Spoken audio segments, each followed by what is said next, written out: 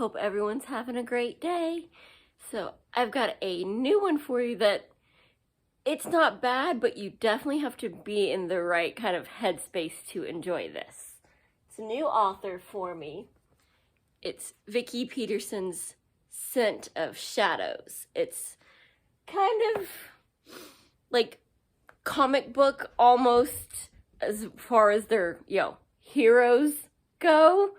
And literally they write their manuscripts as comics that get sold in this one shop in Las Vegas.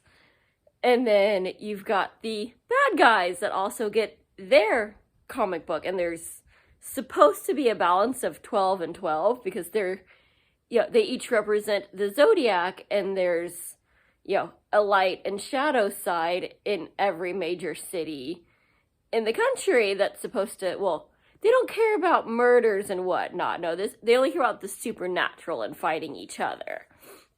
So I'm not sure that you could really call them heroes, since even the good guys are actually pretty bad. Like, they basically blackmail our, main character into joining them. So they aren't particularly good, but they're better than the out and out bad guys.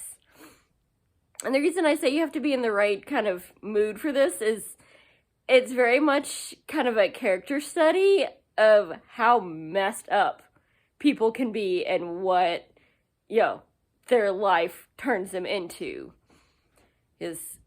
Our main character has some severe daddy issues on multiple fronts. We find out, we start off, she's definitely damaged goods. And throughout the book, we find out more and more about this one event that happened to her and about who her family really is. And it kind of essentially makes it worse. Because start off with our main character, Joanna Archer, she's on a date with this just atrocious guy because she decided she will never turn a date down, because as we find out, she was, raped when she was trying to save her sister from the guy that assaulted her, and ended up pregnant from this. And it was a bad deal. They left her for dead, but thankfully, clearly, she survived. So that leaves some trauma, especially when you're, 16 and you basically get abandoned at that point. So, we've got that, and then her and her, father really do not get along. Like he likes his other daughter, who's, presents the proper image of, my parents are rich, so I'm just a pretty little thing. Because having a brain or a job, that's frowned upon. That means he's not this uber, everyone should be afraid of him guy if, anyone else in the family does anything or has a brain. So, and she doesn't take well to that. She doesn't have a job, but she goes out in the city, hides behind her camera looking for somebody to fight with. Just any guy that looks at her wrong, she pretends she's, shining a light on the, bad crap and all the homelessness that goes on in Las Vegas, especially after dark and in the non-strip parts of town that most of the tourists don't see. But really, she's just looking to pick a fight. And just, I don't know how you forget who the heck did that to you, but supposedly she forgot and is out searching for him and will fight anybody along the way. So she's gotten trained in, I think it was Krav Maga, I believe it was supposed to be one of the things that she was studying. So, she's gone through all of this, so now she's on a date with this undertaker, pretty much guy that thinks he's the best thing in the world, but he looks like some scrawny old guy.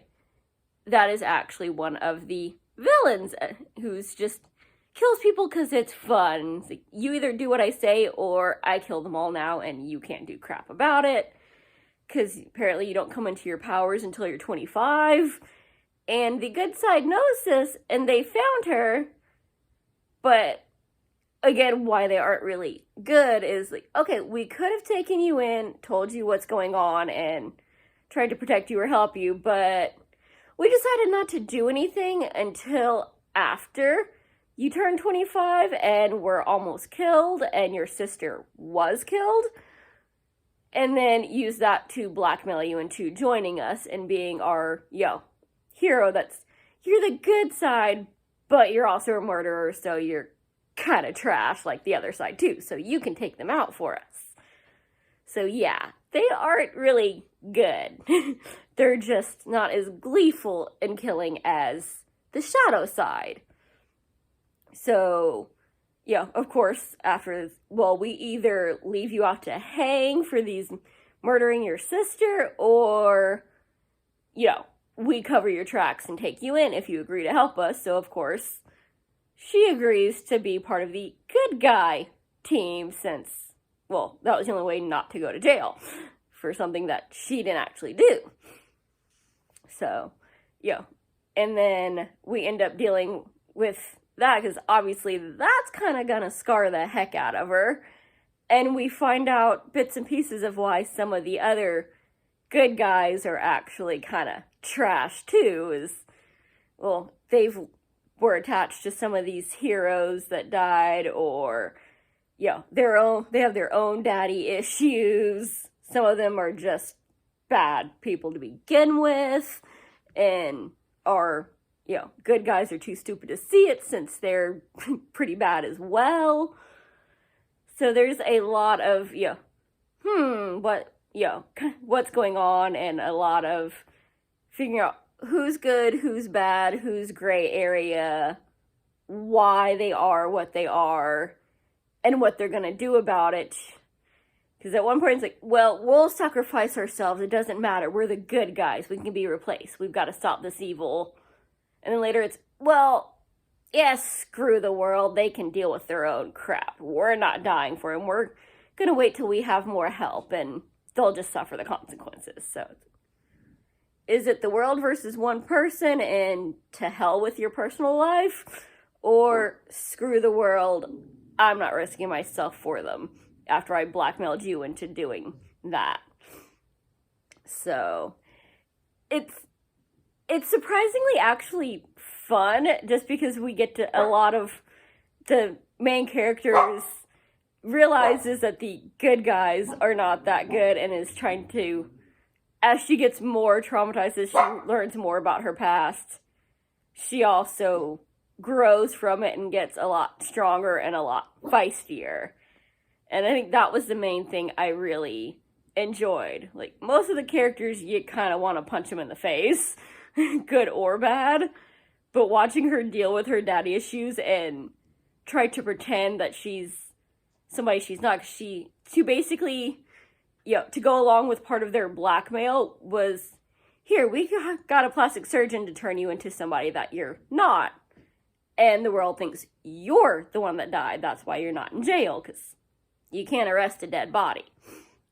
So she's trying to come into her own while be somebody else for, to the whole world. And only, her and, the people involved in her surgery are the ones that know who she really is. So it's very complicated. And I gotta say, I'm kind of curious how it's gonna play out given the way the ending was. But I think this is mostly gonna be a library checkout for me. As you notice on the cover, it's a small bit of cover and mostly, hey, these authors said this was amazing. And some of them are ones that I really like Kim Harrison. I'm like, for a couple bucks. The cover does look pretty cool, and if you read the back of it, it sounds very interesting. I'm pretty sure they get paid, because they're probably the same publisher who go, hey, say something nice, but it's the same author I like. Generally, the publishing companies publish the same style books, so figured I'd enjoy it, and I did, but this is more of like a 3-star book, not something that, oh my gosh, I have to have everything by them. So, take that as you will, and are you in the mood for something right now? Because this is definitely not a pick-me-up, oh my god, fun book. It is definitely, it's action-packed, but it is very dark, very psychoanalyzing and digging deep into your own personal psyche at times, so you kind of have to be ready for that. I definitely was not expecting that when I picked this up. So, take it, leave it. Maybe you enjoy this. Maybe you walk past it now. But either way, I hope this helps. Hope y'all have a great week. Stay warm, happy reading, and I will see you next time. Bye!